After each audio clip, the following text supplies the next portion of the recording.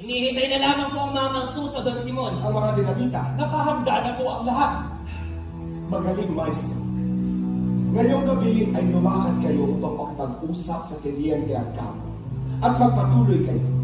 Sa lamayan ay may makikita kayong tao na sa bangka at sasabihin ninyo ang kabesa at siya'y sasagot na kabesa. Kinakailangan narito siya bukas sapagkat hindi na tayo makakapanak sa iyo.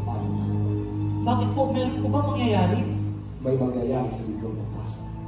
Hindi ba po kami handa? Ang mga tauhan ni kabesa, tali sa isa banda. Mga kasama! Sa loob ng ilang araw ay matatanggap na natin ang hudyat mula kay Don Simon. Maghihiliyam ang 4 na sulok ng syudad. Nakahanda na ba kayo? Handa na kami! Maria!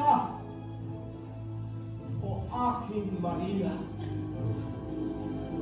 Ang lahat ng ito'y alay ko sa iyo.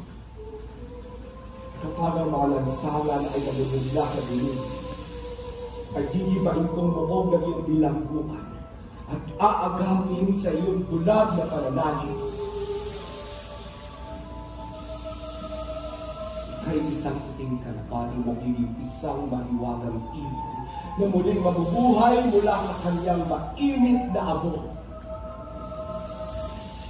Ikaw din magtigis pa o aking Maria.